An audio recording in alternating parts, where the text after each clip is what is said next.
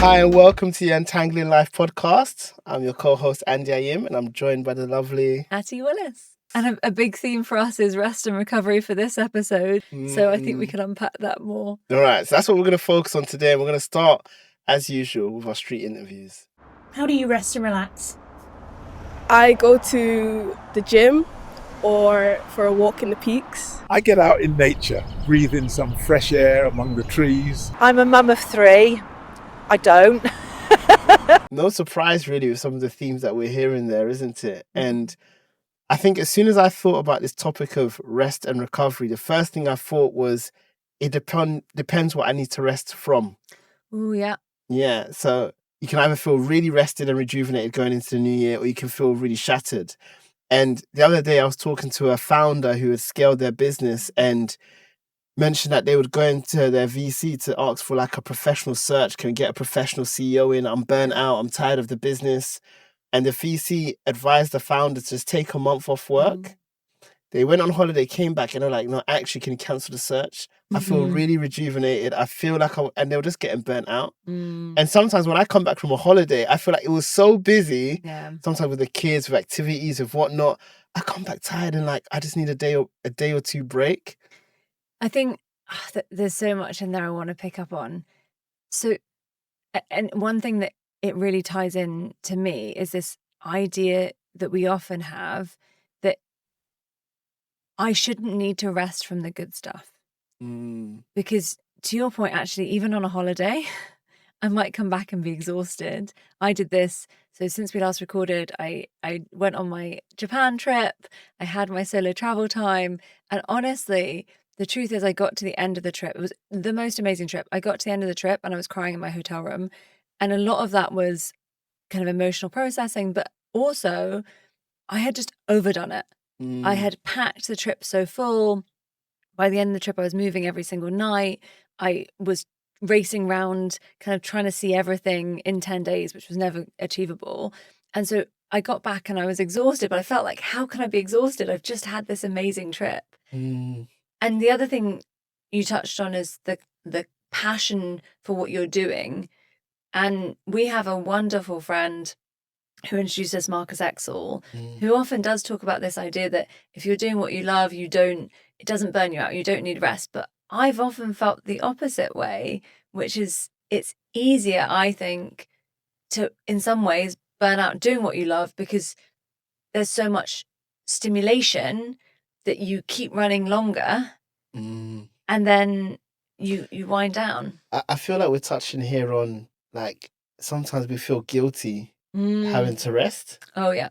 And like I recently moved home, or moved Yes. out of a home, and my new home, I need to kind of like rip it out, gut it out. Yeah.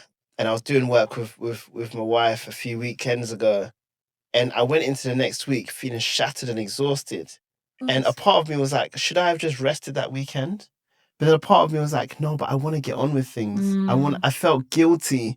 I would have felt guilty if I had rested instead of going to get on with that work, you know. And even though it's not work, Yeah. it's still work. It's still like exhausting. It's still tiring doing that type of work. So I remember going into that work that week feeling shattered. I think I got the flu that week. I had like a 500-mile drive to Northern Wales Yeah. and back that week, and I just felt like this is too much stacked in a week. There's so much I want to pick up on there and ask you about. One thing that comes to mind also, so I'm really curious how you're planning to rest in this period, because you are going into this long renovation of a home. And so I know friends who've done it, and it is very all-consuming because we ran a whole episode on environment, right? Yeah. Where you are shapes your environment. The best advice actually my friend gave me, if I ever choose to renovate a home, she said, do one room well first. So you have a space that feels done. So every space doesn't feel like a demolition zone. Yeah, you gave me that advice. Did actually. I? Yeah, and I Good. remember it. Yeah. Okay. Props to Emily Wood, my wonderful friend who gave that advice. It's great advice. But two questions, because I think they might interconnect. One, how are you thinking about rest in that period where I guess there's a balance of it's also not incredibly restful to sit and do nothing because then your brain is actually wanting to make progress. Yeah. And then secondly, related to that, you're a parent with 2 young kids. Mm. How does that change how you rest? You can take them as separate questions or they can intermingle, but curious about both. I think the first thing is that I'm thinking about rest and recovery beyond sleep. Mm. I think that is one form of rest. Getting to bed at a decent time, waking up at a decent time. Andy, I have a listener feedback for you. Actually, someone got very upset with us on a previous episode because Okay. you were telling them how important sleep is, and it's the one non-negotiable. And my wonderful godson was not negotiating on his inability to sleep at the time. She was like, Andy, what do you mean it's a non-negotiable? I can't negotiate with a screaming 5-month-old, 6-month-old. So you're right, it is very important, but also sometimes hard. It is sometimes hard, but sometimes the choice is between hard and hard. We don't actually have an easy way out. Yeah. But the reason that I want to look beyond sleep, because I think that's the obvious that people go to. But there's other forms of rest and recovery that I really appreciate. So like on that drive back from Wales, there were certain types of music I was listening to that was really restful. Yeah. That was really put me in a good mood. That made me enjoy the journey back. We were mentioning Olivia Dean earlier today, for example. We're not going to get into her now, but like there's certain feel-good music that just helps with mood. Yeah.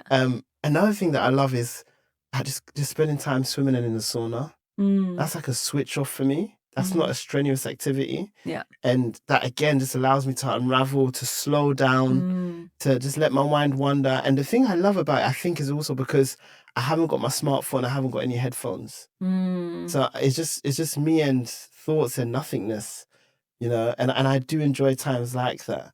I think walking does the same thing for me sometimes as well, especially in nature or beautiful environments. So I feel like these are a few different forms of recovery for me in those times of where I feel like I need rest. And what I'm trying to do now is actually like less but often, few but often. So even if it's 20 minutes here, 30 minutes there, but I'm doing that regularly across my week, rather than feeling like I'm getting so burnt out or like the pressure cooker's rising so much, I just need a massive holiday or an escape. No, I just want little small interventions in between so it doesn't add up. I'm alleviating that pressure every so often. Do you feel that you need to earn rest? Because what I'm hearing that I'm going to stop it before the pressure builds. I find really hard. I tend to be in these big periods of boom and bust where I'm running. And so when I stop because I've almost just used all my momentum, and then I'm almost in forced rest. Yeah. But I struggle to give it to myself along the way. Yeah. Unless I've been really busy, I almost feel like I think don't this is deserve part of it. that guilt though, because I feel like after we do delivery, I feel like we're both more intentional about resting. It's like 100%. our cup is empty, there's nothing to pour from. Yeah. So it's almost like easy to rest after we've delivered like workshops and stuff. But actually, if we haven't got anything booked in the calendar, I think the guilt sits with us that we need to do business development, or we need to be doing some work, or we need to be doing something with this idle time. It feels like idle time.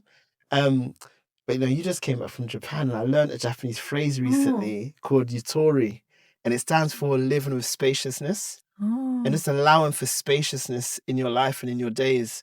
And I'm trying to be really intentional on just living with more space. What's coming up for you in trying to do that? Because I hear that and think, I love that idea, but I struggle to map that to my own life. Yeah. So what's coming up for you as you're trying to do that? If I'm working from home, I'm intentionally going to make sure there's a few hours where I have no meetings, and I'm going to switch off and watch anime or something completely separate to my work, a complete switch off. This is not about ideation. It's not about productivity. It's just about goofing off and just enjoying some time alone. And the time alone for me, I think, matters when I'm at home, because I'm usually there with my 2 kids and my wife. So to be actually alone at home, I want to make the most of that. And does that feel uncomplicated to you? Because I feel like I want to be that. And I said to a friend actually 2 days ago, it was sunny and we're in February, very early February. So sun is not easy to come by. Very true. And I'm feeling the SAD creeping back in after my nice sunny Miami trip. And so I'm thinking, I want to enjoy this, but also I had just taken off an extra long weekend because my brother was over from Bermuda, and I find that really easy to be like, Yeah. oh, I'm going to take the It's a time reason, off. there's purpose there. Exactly. It's like obvious to me that there's nothing else I'd rather do. But then I came back into the week. It had been a really busy weekend. I'd actually kind of run between doing stuff pretty constantly. I'd got back from Miami the week before. I'd gone straight in. And I still found it hard to justify, because in my head, I'm like, well, I've just taken time off. How can I justify this? Yeah. So is that something you've had to learn or unlearn, or is that just easy for you that you can give yourself permission to go and watch anime? So just out of context, I want to Yeah. ask you a question Tell me. first. So do you find it hard? Do you find it hard to be able to take a break like I do to watch anime or to watch one of your favorite shows? Do you feel like you defer that kind of thing to after work hours or the weekend? Most of the time, yeah. Yeah. And I go through periods where for some reason I can give myself permission to do it, particularly where it's been a really busy chunk. Yeah.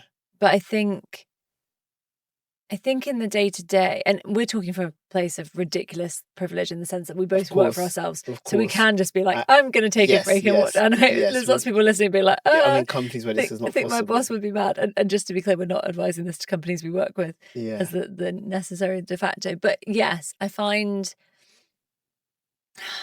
What do I find? I think I sometimes have these narratives, and I think actually a lot of them are connected into some of the things that I built up for a long time not knowing I had ADHD. So I think there is a big narrative in my head that I'm inherently lazy. And some of that comes from, I think ADHD, there is this tendency to run in this boom and bust. And when you stop, you stop. And there's a bit of a standing joke in the ADHD community that the worst thing you can ever do is, like, if you're trying to achieve something, don't sit down because you won't restart. Or I find I'm either that, or I'm the person who can't sit down, because as soon as I sit down, I once drove someone completely nuts because we were trying to have a nice evening together. And every time I'd sit down, I'd be like, oh, I'm just going to quickly water that plant. Oh, I've just noticed that You need something pictures, to do. or even just I can't sit and rest. Yeah. And when I do sit and rest, I am that person who sits there thinking, how could I rest more productively? I'm not resting well enough. This is not Is your mind optimized always rest. ticking then? My mind is constant. There is never not the idea that there is ever silence in my brain. I don't understand how people can Do you have quiet. any methods for opening and closing the door on work? Like, Yes, more so now. yeah. So for the first time in a long time, I actually have a study.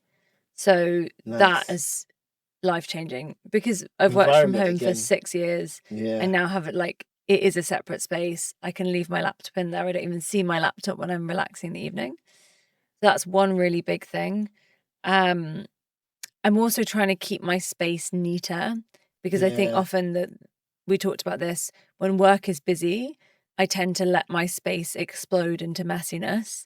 Suitcases are unpacked, clothes that are ready for work the next day are out, but everywhere. Yeah. I've kind of got ready for something in a rush. So You think that's part of creative expression, like almost like the artist room, there's or it goes a bit too far. You're talking about clothes. yeah, everywhere. there's this reel that keeps being shown to me, because I always engage with anything that's about ADHD on Instagram, so it knows.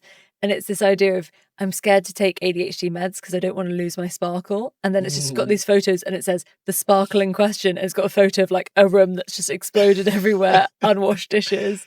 And I'm like, yeah, that's me. That's the sparkle I don't want to lose. I actually find washing dishes and stuff therapeutic as well. Andy, come around any time. No, it's a switch. Like, I've had dishwashers for years. I never use them. It's part of switching off for me. Sometimes I'm watching anime while I'm doing the dishes as well. Yeah, no, this is not Yeah. my... I tend to, if I'm really, really stressed, I will clean as a stress mechanic, because I just feel out of control. I need to control something. But it takes a lot of stress for me to get to that level. If I'm really, really stressed, I watch nature documentaries like David Attenborough and stuff. I love David That just Attenborough. takes me to another place. But I struggle to... I think this is another thing I find difficult. And I don't know, I'm actually looking into it at the moment, because I can't quite work out what is our dopamine addiction. And dopamine addiction tends to be worse in people with ADHD, because we're not great at producing it in the right way. And so we tend to get much more dopamine addicted. But I struggle. Another big issue I have with rest and recovery is I struggle to just sit and do one thing. So if I'm sitting watching TV, I'm going to be also playing games on my phone. Oh, really? I'm going to be texting constantly, unless I'm with someone. Interesting. So luckily, my ex kind of trained it out of me that, like, if we're sat together watching something and I'm on my phone, It's a bit rude. yeah, he's like, it doesn't. I'm taking the time to be present Yeah. and spend time with you, even if we're watching TV, it's so we can talk about it and Yeah. have a discussion and But pause it. if you're alone now, you would play a game. So now I live alone again. I'm constantly like, I don't watch TV ever with full focus. And I want to train that up because I think I'm not, again, I think I'm not resting right is a theme for me in general. But I do think there's something in the only time I give my full attention to something like that is often reading, which is why I love reading. Though. Yeah. Yeah. Because it's great for me because You're fully I'm immersed. in it. Yeah. And I put some music on in the background and I try and move my phone away from me. But I think there is this struggle, and I think it's interesting potentially because we're in such different like life stages, right? You're trying to rest around 2 kids who are super young, renovating a house. In theory, I'm like, well, not in theory, in practice, I'm living, the kind of young, free, and can do whatever I want to rest. I have full agency. I'm driving my friends slightly crazy because like they'll call me and love you, my friends, but they'll call me and they'll be like, "What are you up to?" I'm like, "Oh, I'm just going for another facial." They're like, "I hate you." So in lots of ways, I have all this opportunity to rest because I have much more free time. I have disposable income because I'm alone and not paying It's for nice kids. that you're prioritizing self-care, which what I think I was touching on with like the sauna and stuff is like filling my cup up again, that recovery, that self-care, like you said, facials. And I think all of that matters. It's like, how do I perform at my best? All of these things matter in order for me to perform at my best. I agree. And I think maybe sometimes with self-care, we put it into this bucket where it has to look like stillness, quiet, rest. And I think that's sometimes where I struggle because then it's easier to do it if I go and have a facial or I go and have a massage, like it's easy, I can switch off, it's great. But actually, I sometimes struggle with the smaller ways that you can do it, to your point, in a day-to-day.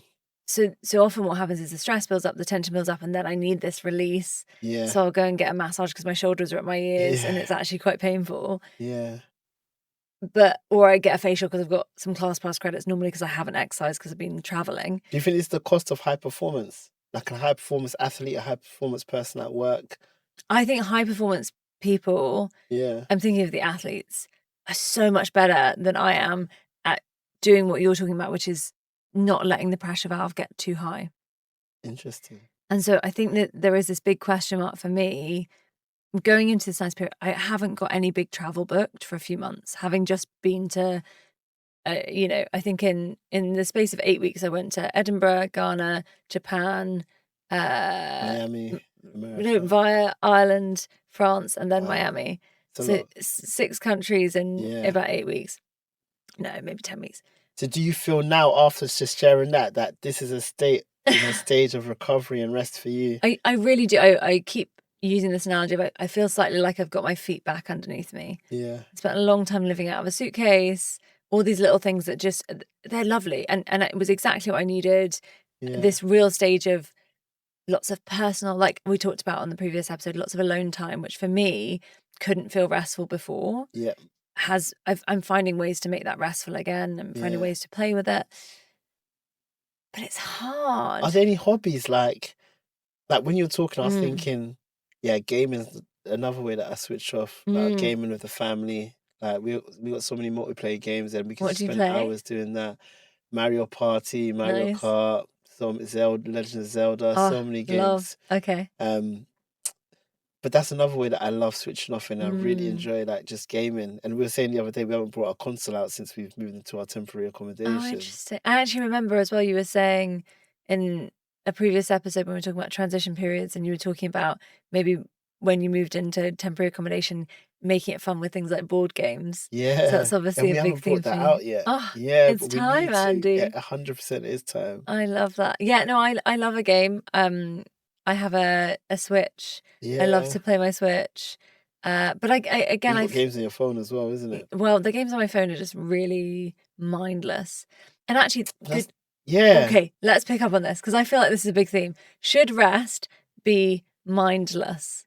And what I mean by that is it about clearing your head, or is it about bringing in inspiration, thinking deeply? How do you see that balance? I feel like the two can be one and the same. Mm, Like me switching off in the sauna and my mind wandering, a part of that mind wandering might even go and spark a new idea. But I mm, wasn't intentionally trying to go down that path. yeah.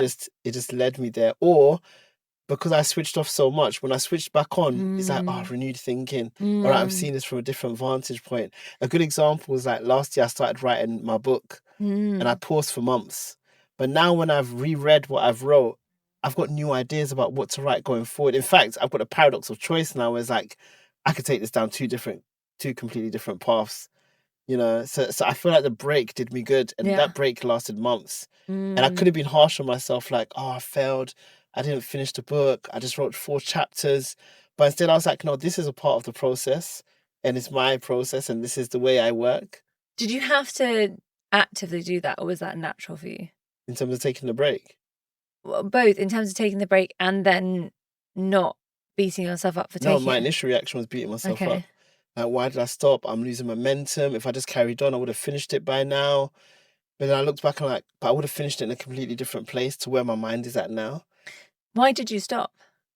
What made you think I need the rest recovery? 2 things made me stop. Mm. One, I felt like I was starting to use like AI for reviewing my grammar and my flow, and then I started to take a step back and be like, actually, how much of this do I want to use AI to review, or do I just want my natural language and mistakes and hiccups throughout the whole book first before I edit Mm. and review?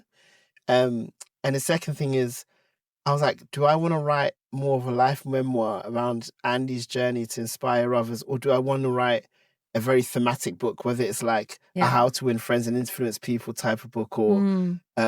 a managers related book, because I do a lot of work with managers, and I had to sit on that and think about Mm. that first. And the answer is probably like I want to write probably 2 books, but let me start with one and then get on to the other. Yeah. But it took me time to process that. Okay, and then so then that led to a break, and then in that break you're thinking, I'm losing momentum. So how did you get out of that to genuinely allow, because I think you're As in right. to get back momentum. No, not even Okay. that, because I think I'm curious about that as well, because you are now, Yeah, but you the have now stinking rebuilt. thinking, like, how do I Yeah, shake it off? because I think almost everyone will have had this experience where you go on holiday and you genuinely switch off, and particularly if the holiday is long enough, Yeah. your brain then starts to fizz.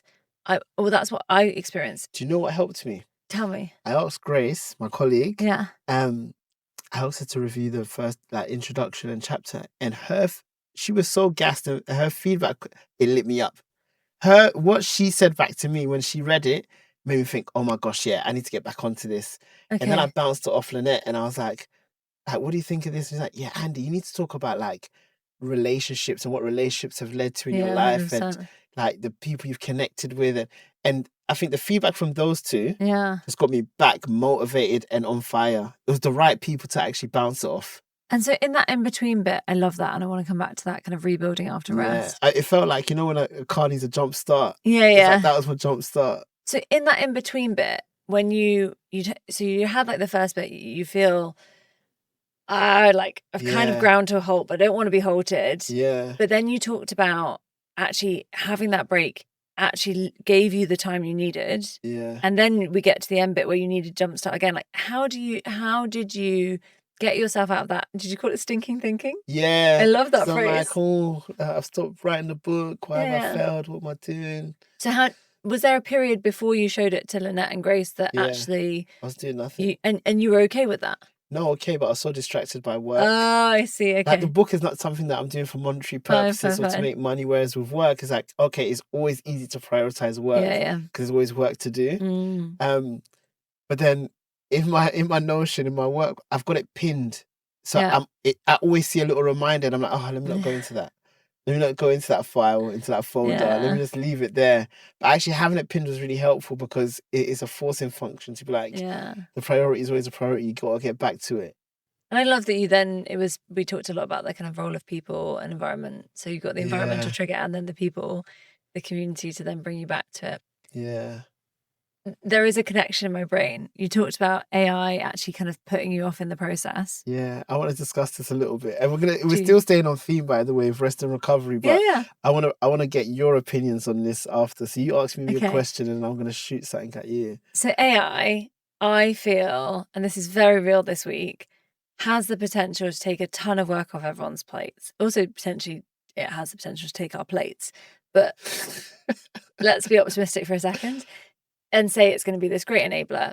And particularly, I guess where I see the world going more and more is I do think, particularly for people who are either able to do a side hustle alongside their job, or for people who are able to be self-employed or have their own company, there is increasingly going to be this choice. AI could allow us to do much more with less, or it could allow us to do the same we were doing before with less. Yep. And the challenge I have, so this week I've been playing a lot with Claude, Yeah. which is That's my Anthropic's go-to. AI. Yeah. Everyone, That's my so guy. interestingly, if you haven't heard of it, I think it's getting very big in the tech space. Most people Yeah. we know are using it increasingly as their go-to. My assistant begged me for us to use it as a company. I was like, "Oh, we're already paying for ChatGPT. Let's Yeah, I anyway swapped that, swapped." but anyway. Yeah, I've swapped too. By the next step, we'll be on something new. But for now, Yeah, it's well, I'm called. Launch Lemonade at the moment as Oh, well. we love Launch Yeah, Lemonade. So yeah. Launch Lemonade, for anyone who, like us, likes to use multiple, allows you to build specific agents Yeah. that have one task, and then behind it you can change what the LLM is, so you can pick the best Exactly. LLM for the task. This is our friend's startup, Shen. Yeah. Neither of us have shares, I don't think. Do you have No, shares? no. Great. she's So done we're just phenomenally chatting it well because there. we love it and we're both paid Yeah. users. So not sponsored content, just genuine fans. But with using all of these tools and building agents, we have a load of agents on Launch Lemonade actually that we use, and then I'm also using Claude much more in my day-to-day. Mm. Obviously there's still a huge amount of checking things, but I'm very conscious, and we can get into we're going to do a whole episode about what skills outlast AI, what skills are Yeah. always going to be needed. So where are you adding value on top? We'll get into that separately. But my question this week has been, there have been lots of times where I've used Claude and it's genuinely meant I could do a task in like a fifth of the time. Do I then use that 4/5 of the time That's what I was going to ask you. to go and do more work, more business Yeah. development, more, or do I rest? What do I do, Andy? Give me the answer. Tell me. I was going to ask you exactly the same Oh. question. Like, if it's now made you more efficient, Yeah. and you've got this spare capacity, to use that capacity to then automatically do other work, which I think is probably both of our default. That's my if we're default, being honest, 100%. If we're being honest, versus work. And Mm. even when you were leading up to the question, I thought to myself, would I feel guilty if I took a nap during the day? Interesting. Would you? A little bit, yeah. What I would would. what would you be thinking with that, girl? Need to be working. Yeah. If I was employed, like Yeah, I said, yeah. the luxury of what we're doing, would I do that? Yeah. But then my other line of thinking was, but because I'm working for myself, I can actually work any hour of the day that I want. Yeah. And if I'm most productive between 11 and 2 a.m., which I'm not, then I've got to work around Yeah. that. And maybe napping during the day is part of that. Whereas I'm more of a morning person and I love like 5 a.m. time and onwards. Yeah. But I can't really use that time because of kids and where we're living right Yeah. now and whatnot. But if I napped during the day, I'd feel guilty. But I wouldn't shy away from napping if I genuinely felt exhausted, especially if yeah. I had to do something like driving.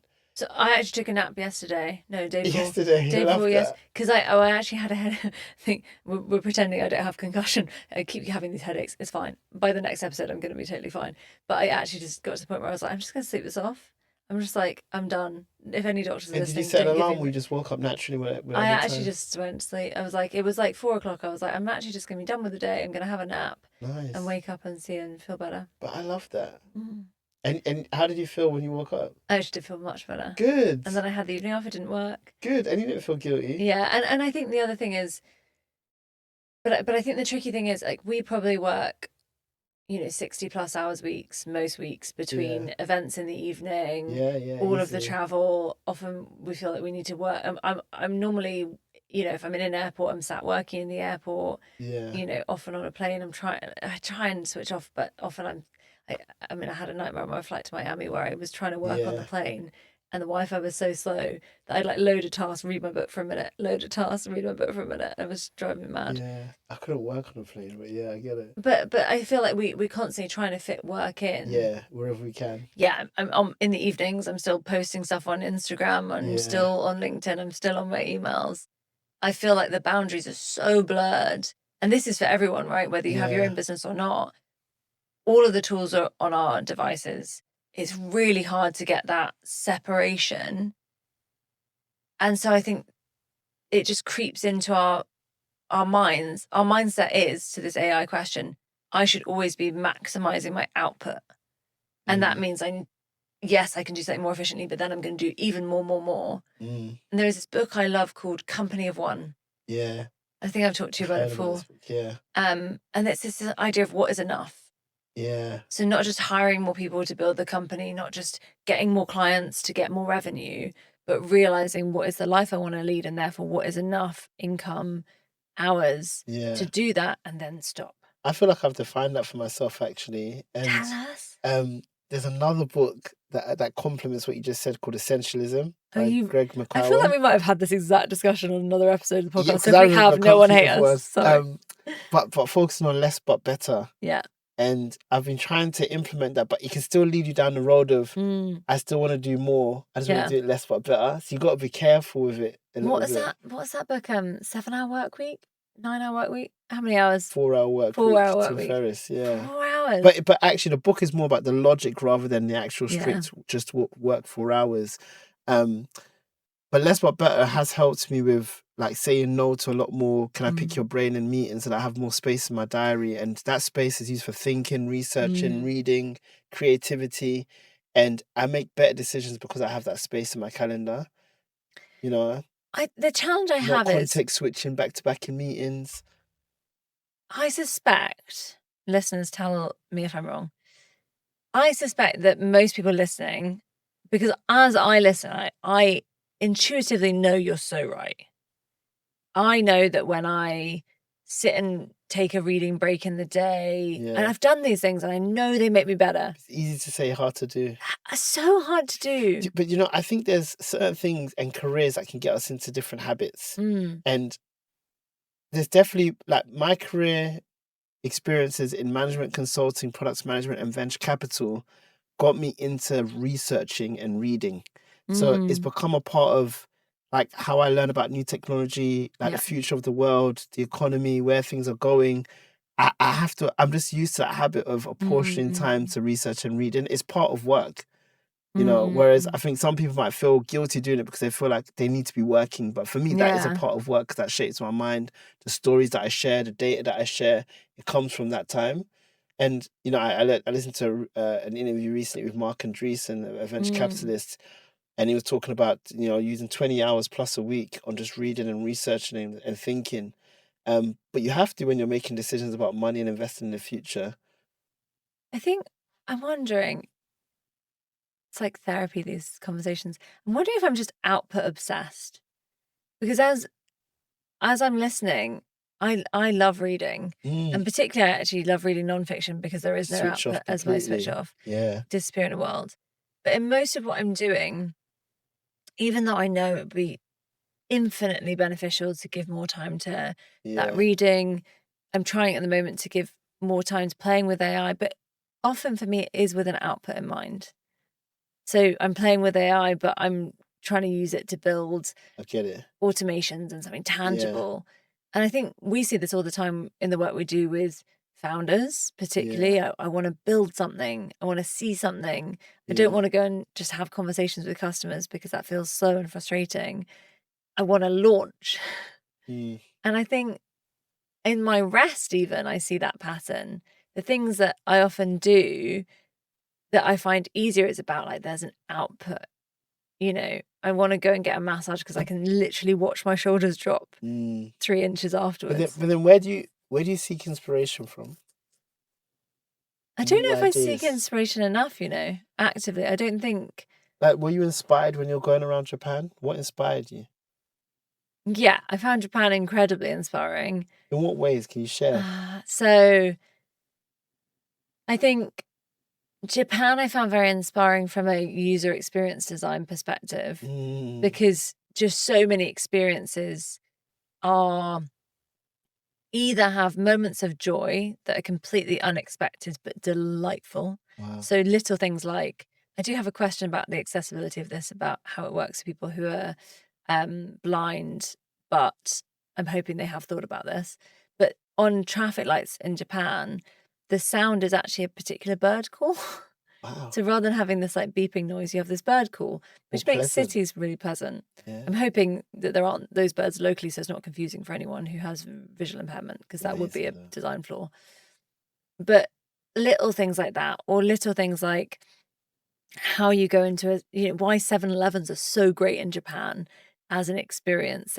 You can make a smoothie in a store for £1.50 and it's a delicious smoothie, but they've really thought about the steps to make it simple and straightforward. They've thought about every step is clear and it's easy to follow. And so I found that very inspiring from a Yeah, kind of just product thoughtful user experience. exactly Yeah. product design perspective. I also just found it incredibly beautiful. Mhm. And so as a country, you kind of have this amazing technical brilliance and design brilliance and experience brilliance. But then you also just have this, it's just outrageously beautiful. And so a lot of that for me, and some of that's in the history of the architecture. The pagodas are stunning. You're just kind of constantly walking around looking at beautiful buildings, but also the nature is, and I was lucky we got the end of the kind of red leaf season. So everywhere I'm walking, my camera roll is just full of, I think I said before I went, I wanted to try and take Yeah, more you photos. did, yeah. And I loved it. I found that so joyful to be walking around with my camera, not just on my phone. That was really restful. And I think one of the things that has come up for me as a big theme came from my ADHD coaches, this idea of, and we talked about it in a previous episode, rest doesn't have to be still. But this is why I feel like when I'd asked you that question and I saw you light up and I saw how much you shared, and all I was thinking is, how can Hattie bottle up some Japan in her week here? Like, how can she seek inspiration, get inspired, user experience? How can she get a little bit of that here? And I don't know if watching certain videos or doing certain research or going certain places can replicate that, but how do Yeah. you bottle up some of that joy, in your week here? I think for me, the challenge is how to rest, not rot. Because often I default to dead time, going to the sofa, put something on telly, play my game. And I don't feel necessarily better for that process. And I do it most evenings that I've got spare time. I'm like, switch off, mindless, done. But actually, the things that make me feel more rested when I'm taking a proper chunk might be going and wandering around a gallery. I loved doing that in Japan. I live in London. When was the last time I went to a gallery? Yeah. Embarrassing. But I made a whole long diversion in Japan to go and do that because I thought I'll love it. And I did. Yeah. And I think that's really, really critical that we don't, when we're thinking about rest and recovery, I think there is this whole theme of how do we give ourselves permission? Because I think that underlies a lot of what we've spoken about. But B, how do we maybe redefine it so that we're not just looking for what's going to restore my energy in the sense of I'm doing nothing, but actually what's going to restore, to your point, inspiration. Yeah. I like that. I like that a lot. And it's weird because I'm now thinking quite output focused. And a lot of the times when I do my research or creativity or just wondering, it leads to stories that I then use in work. 100%. And like when I went to Wales, I used this new framework that I made up that came from this idle time called an emotional audit for teams. Yeah. And it was all these public service leaders. And I had like 4 quadrants, and I was like, on one axis, it was like high energy, low energy. On the other axis, it was connected, disconnected. Okay. High energy, low energy, connected, disconnected. And in zone 1, which was like high energy and connected, I said that people felt really motivated, energized, collaborative, creative, and this is where people are personally driven to perform. In zone 2, people felt quite exhausted, like drained. This is where people are at risk of getting burnt out, really anxious and stressed. In zone 3, which was like low energy and disconnected, this is where people are just doing the bare minimum, cruising, at risk of leaving the organization. And then in zone 4, people felt calm and grounded, which was like connected and low energy. But this is where people recovered. And then I was sharing like transitions, like how do you get from burnout to recovery, or at risk of leaving to recovery? And you can't just jump to zone 1 and make everyone feel driven and perform. No, actually, you need to hold people's hands and walk to the appropriate zone depending on where they are. And the whole theme was around meeting people where they are. You don't know how your team feels. You don't know the emotional tone of your team. But I think the same is true for when we're talking about rest and recovery. Sometimes we need to map, like, where are we? Are we at risk of burning out here? Am I just really disconnected with a process and feel like leaving, like what I was with my book? Am I in a state of just recovery right now? Like after my flu, I just needed to listen to that music and just completely switch off and do no work. I actually ended up taking a day off and just chilling with Joseph, and like we went Nando's for a couple of hours. We went to play. And I just needed that day. It wasn't planned. I just cancelled a couple of meetings, and I was like, I just need that day to recover, you know? And then how do we get back into that space where we are personally driven to perform and we are in that zone? But those 4 zones were really helpful for me. So wrapping up, I think we've got a couple of, I mean, that's obviously a beautiful start for a kind of journaling prompt. We always try and end with a journaling prompt. I wonder if there's almost 2 journaling prompts to do. Okay. One around how we rest ourselves. And then my second one, which is a bit of a cheats one, but I definitely find a lot of the time I rest, I have a helping hand from friends. They help me spot when to rest. Nice, I like They that. help me rest. So maybe there's a point, and maybe there's one journaling prompt that we could dig into about like personal rest, and a second which is about how we could maybe pay it forward and help someone else rest in that nice. process. I like that.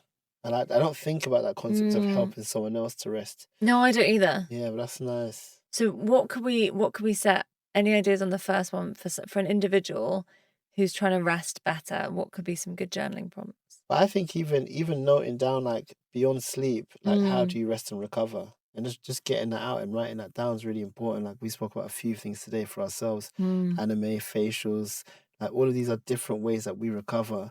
But I especially love number 2, but around like thinking about other people and how can we support other people with recovery. And I started thinking about my brothers, for example, and how can I support them with recovery, or my missus, like how can I support people around me with recovery?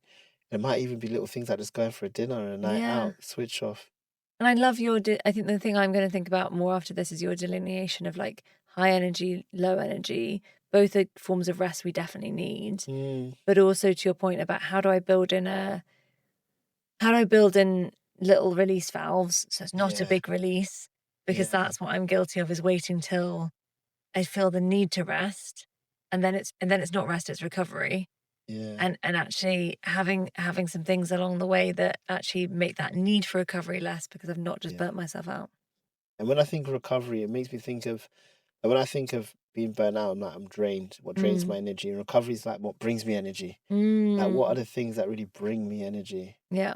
This is actually a really good conversation. It's I didn't know like where we were therapy going to for go, me. but yeah, I feel therapeutic myself now.